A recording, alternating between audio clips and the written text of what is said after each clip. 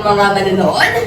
Ako si Binibining Chelsea Anzi Magsalos, ang nakambini tagapamagitan mula sa Silang Cavite na nasa inyong harapan sa araw na ito upang ipresenta ang tatlong makikisig na Ginoo na maghahain ng talaga namang nakalulugod na mga puna sa isa't isa.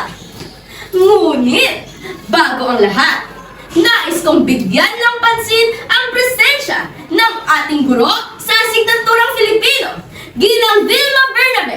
Bigyan ng masigabong palakpakan!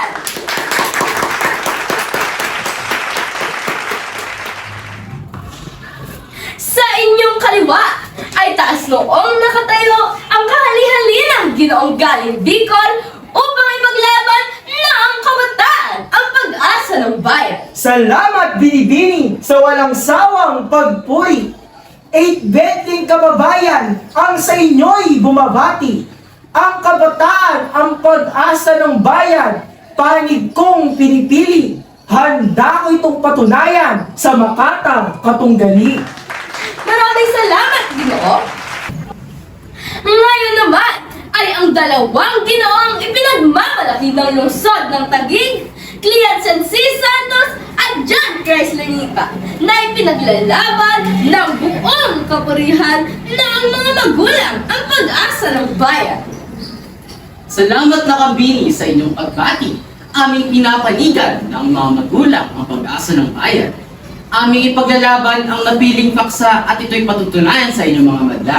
Kaya hinihiling kong inyong masigabong palakpakan upang kami ay ganahan.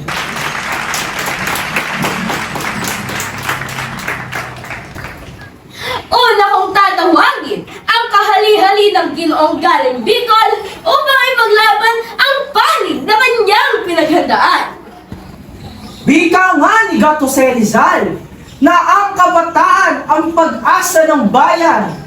Kaya ito'y aking pinapanigan dahil ito ay may katotohanan.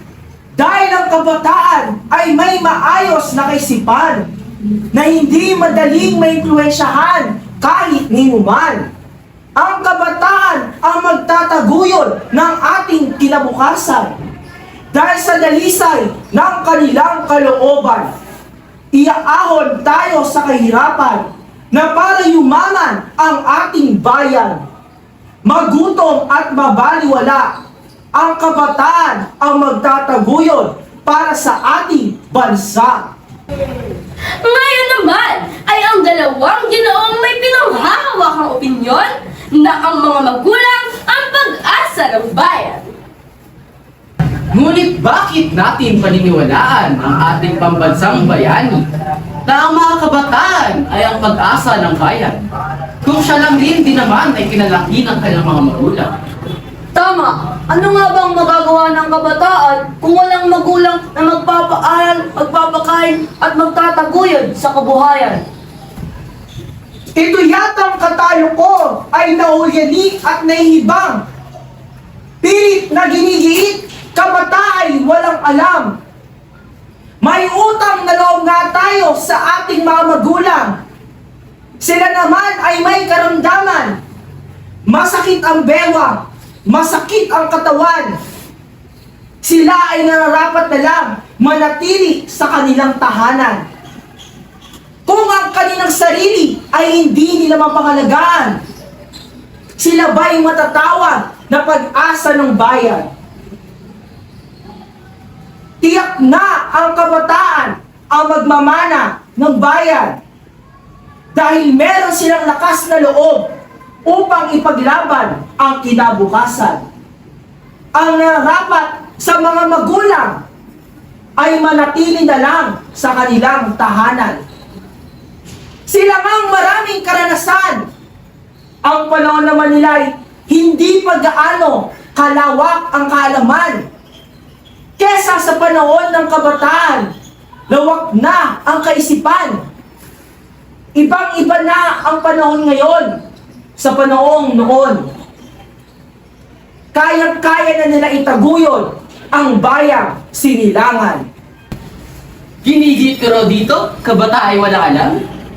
Sabi ko lang po'y walang magtataguyod kung walang magulang. Sino ngayon ang siyang ibang? At paano masasabi na hindi matatawag na pag-asa ng bayan ang mga magulang? Dahil lang sa sakit ng kanilang bewang at katawan? Ngunit sino nga ba ang dahilan ng kanilang sakit sa karamdaman?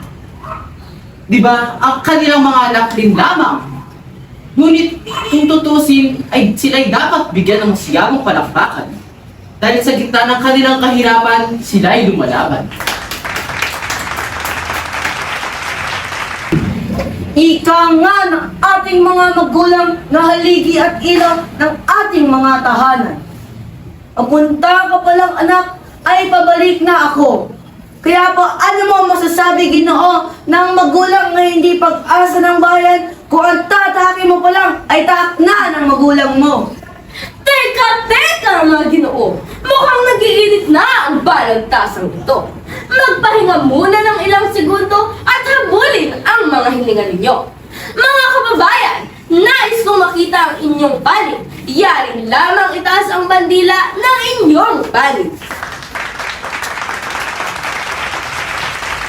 Naniniwala ako na sa pagitan ng magulang at kabataan bilang pag-asa ng bayan, ito ay para sa mga kabataan. Ito ay magagaling sa mga kabataan. Bakit? Minsan na naging pag-asa ng bayan ng ating mga magulang. Ngayon, ito naman ang magiging task ng mga makabagong Pilipino. Ito ay mga kabataan. Ano man ang hindi na unan o hindi na nagpanan ng ating mga magulang para sa ating bayan, maaari natin ito ibigay lagi sa mga bagong kabataan at higit pa. Dahil ang magulang ang siyang nagluhubog sa kabataan na maging mabuting ehemplo sa ating lipunan. So dahil doon, yung itinuturo ng mga magulang ay ina-apply ng mga bata o ng mga anak nila para mas maging mabuti at produktibo silang mamamayan ng bayan. Kayo ay may mga karapatan bilang mga bata kasi kayo ang pag-asa ng bayan. Pero ang karapatan nyo, it goes with your tungkulin responsibility. Itong dalawa na to should goes hand in hand, your rights and your responsibilities to be the hope of the nation.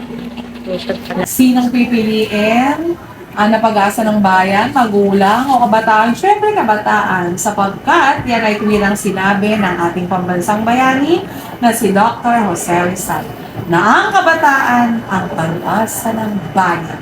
Bow!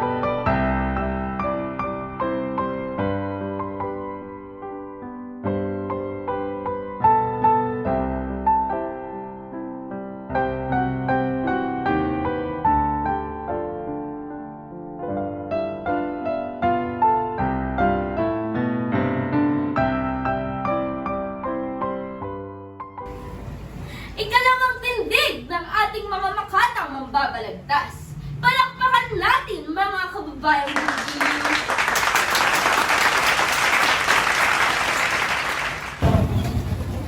Ako lang ay naaawa sa mga magulang dahil sila ay may karamdaman.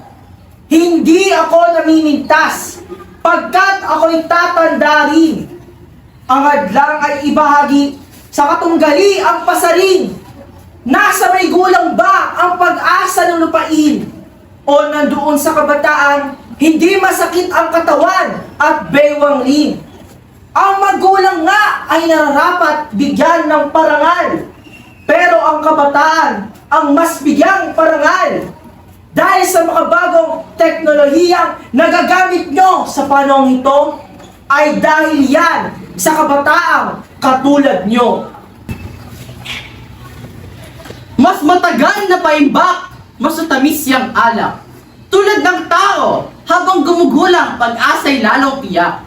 Karamihan sa mga kabataan ngayon, mga pariwara at walang galang sa kanilang magulang. Sila nga ba ang matatawag mong pag-asa ng bayan? Kaya po, ano mo masasabi, Ginoo, na may pag-asa ang kabataan? Mga Ginoo, nakatunggali ko, paano yung masasabi na pariwara ang kabataan? Di ba't asa inyong harapan ang nag-aaral para sa bayan? Ginoo, paano yung masasabi na walang gana ang kabataan sa mga magulang? Ibig nyo bang sabihin na kayo ay walang galang? Baka nakakalimutan mo, Ginoo, na ang mga magulang ang unang guro sa ating tahanan. At baka nakakalimutan mo rin na sila nagpalaki sa atin upang maging isang mabuting kabataan. Oo, at mga Ginoo, nasa harapan ay nagtatalo. Parehas ay may magandang punto. Sadyang napakahirap pumili ng panalo. Ngunit, ako ay nakapagdesisyon na.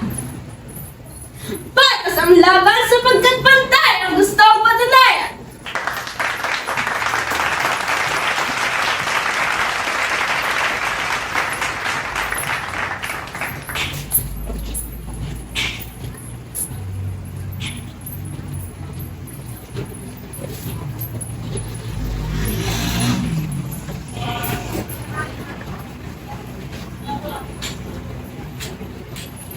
Tunay na ang kabataan ang pag-asa ng bayan.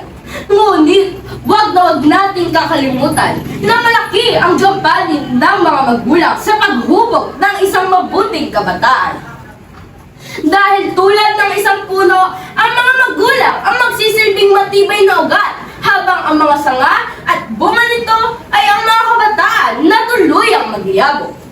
Muli, ako ang nakambinang tagapamagitan mula sa Silang Cavite, Chelsea Anzi Magsalos, habang ang mga makatang mambabalagtas na sina Luis Miguel Mendoza, John Chrysler Nipa, at Lian Sen C. Santos.